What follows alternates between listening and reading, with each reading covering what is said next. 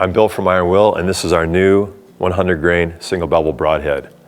We launched single bevel broadheads last year with 125 grain on up, and I'm excited about this new head. It's a little bit more compact, a little bit shorter in length, but it has the same cutting diameter. 1.1/16 main blade, 3/4 inch bleeder blade for 1.812 inches total cut. But with a little bit less blade surface area total, it's great long range, very forgiving in flight.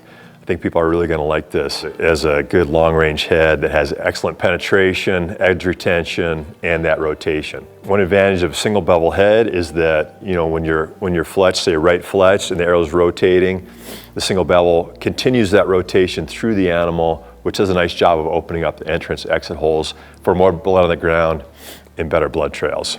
I've been shooting these, you know, long range here. I did a lot of shooting at 60 and some shooting at 80 and 100. Grouping well with field points, so I'm very excited about the flight. So looking forward to testing it, seeing how it does. So one of the goals with going to Texas is we wanted to see that penetration through those heavy shields. So let me recap some of the shots we saw there. Probably the most impressive for penetration was a big boar, big body size boar. And you know, big old tough boar have those big shoulder shields. So they rub their shoulders and they get that kind of calloused up and thicker. And we saw that hide there was really stiff. Those shields are very stiff and over an inch thick. And one of the shots was right in that vital V area. So it was just the thickest part of the shield that it passed through, over an inch of that really tough, hard kind of hide and cartilage. And then it cut along the bone right near the knuckle. So very hard bone where it impacted the side of the blade. And the side of the blade had to cut through it. And then it completely passed through and went through the shield on the opposite side. So another, you know, inch plus, very hard, stiff material. So that was an excellent test for a few things. For one, structural integrity. It hit a very hard bone on this side. That's one of the hardest tests on blades and ferrules. And you know, this is the actual broadhead right there that passed through all that. You know, it still spins perfectly true, so there was no blade damage to the point, there was no ferrule bending, anything like that. And on hitting those really hard bones on the side, that's going to be the highest stress you can get on that. Also, you know, the ferrule, the structural integrity held there as well.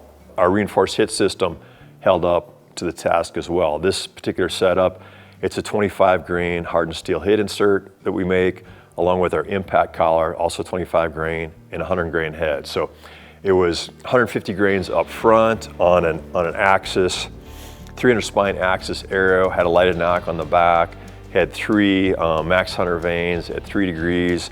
So just over 500, I believe these were all about 504 grain.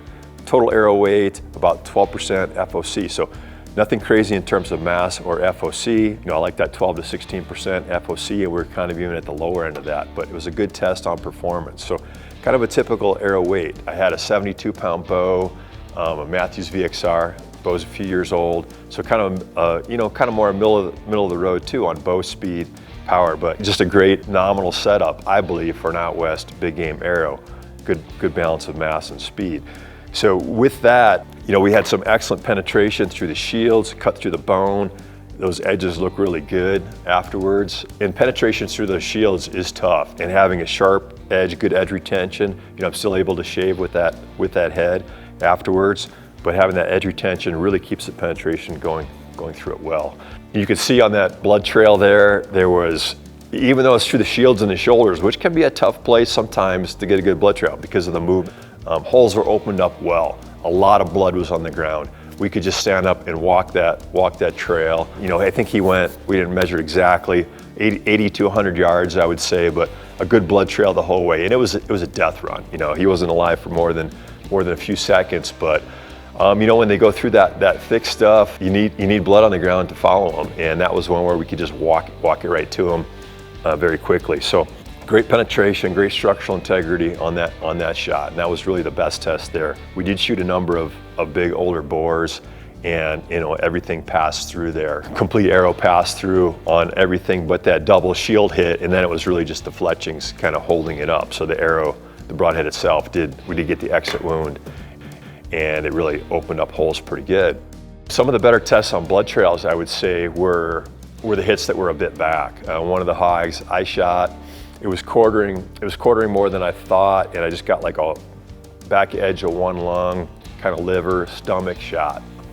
came in higher and came out lower. So the exit hole was down through the stomach and out. And that can be, a gut shot doesn't often bleed that well, but that was a good blood trail. There was steady blood on the ground the whole way there. So you could see that hole really kind of stayed open, kept the blood coming out. So didn't have to search for blood. You could just stand up and walk that trail. And we had a number of them that were hit back in that kind of marginal area, and all of them had good blood. So pretty impressed with the blood trails overall on hogs. And hogs are a tough test. People will know that, a lot of that area is kind of a little bit drier, a little bit harder to see in that dusty dirt, blood, and good blood trails there. So definitely happy with that. Performance on penetration, structural integrity, it was all great. And a lot of those shots were, I had a number of 45, 50-yard shots in a pretty strong crosswind. So that's going to be a good benefit of this as well. It's relatively compact, not a lot of surface area, very forgiving in flight, very forgiving in the wind as well. And, hitting where I was aiming, even with that crosswind. So really excited about this head. Its performance, it's been great. And I think people are really going to like it.